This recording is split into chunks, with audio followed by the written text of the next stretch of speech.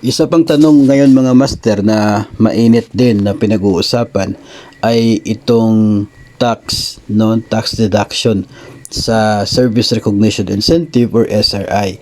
Taxable ba itong SRI na ito? No, and kung taxable man, how much at bakit pa dapat tanggalan ng tax ang SRI na yan, no, 'di ba? Sana pamasko na lamang ng gobyerno. So atin po titingnan mga master, ayon po sa National Internal Revenue Code ng bansa, dito po sa Chapter 2, ang General Principles ng Income Taxation sa Pilipinas, lahat po, no, as citizen of the Philippines residing therein is taxable on all income derived from sources within and without the Philippines. Sa loob man o sa labas ng bansa na income mo, basta Pilipino ka na nandito sa Pilipinas, ay subject to income tax yung kinikita mo. Ngayon, as to magkakaroon ba ng tax deduction o hindi, nakadepende po yun sa provisions ng batas tungkol po sa tax. So ngayon po, ang ating pong titingnan ay ito pong train law. Kasi yun po yung existing na nagbibigay ng rates as to the taxes na dapat pong ibabawas mula po sa ating kinikita, sa ating pong income tax, no. So dito po sa train law mga master, Section 9 ng Republic Act 10963 or ito pong train law. Section 9, sinasabi po dito na ang Section 32 ng National Internal Revenue Code as amended is hereby further amended to read as follows. So sa letter E, nasa ibaba po, tungkol po ito sa 13-month pay and other benefits. Gross benefits received by employees and by officials and employees of public and private entities, provided however that the total exclusion under this subparagraph shall not exceed 90,000 pesos. Okay, so yung exclusion pagdating sa income tax, no, dito sa 13-month pay and other benefits ay 90,000 pesos. So kapag mag-exceed sa 90,000 pesos na yan, ay hindi na po siya excluded doon sa tax deductions. So subject to tax na po siya kapag yung total mo na 13-month pay and other benefits sa loob ng isang taon ay sumobra sa 90,000.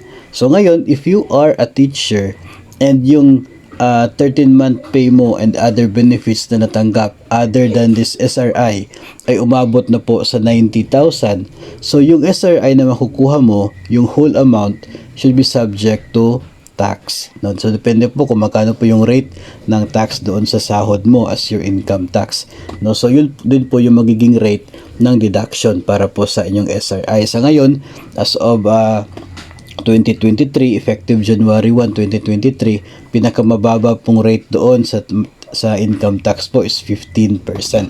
Last year is 20% po yun.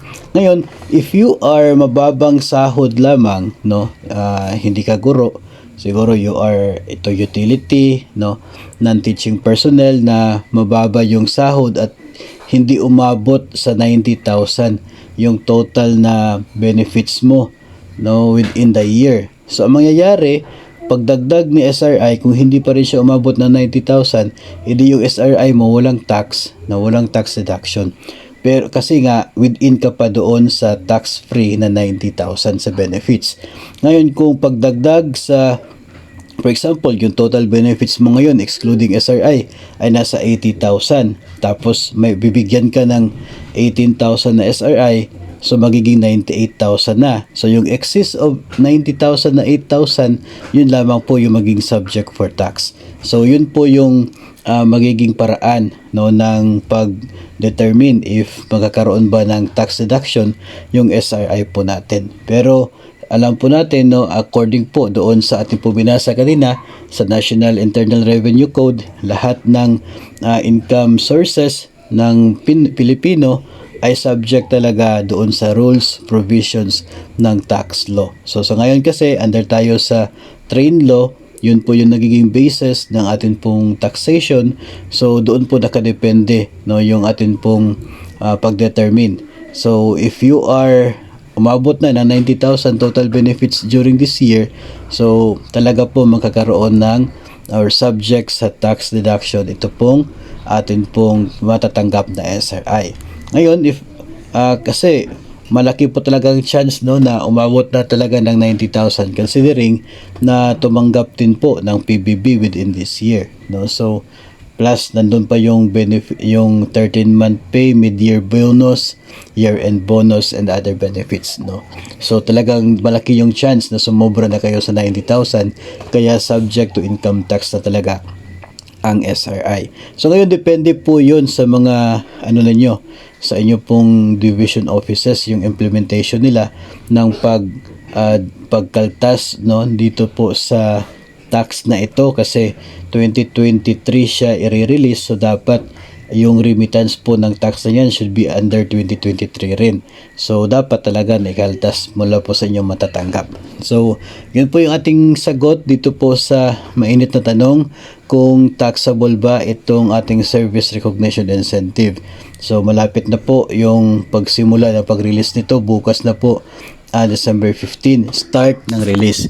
Pero it does not mean po na dapat December 15 talaga, kasi kung atin po titingnan ay kinakailangan po na i-consolidate lahat ng natirang pondo sa buong agency, saka po ito paghati-hatian. So it means na yung pondo po ay mayroon pang pag-consolidate muna tapos i-distribute pa.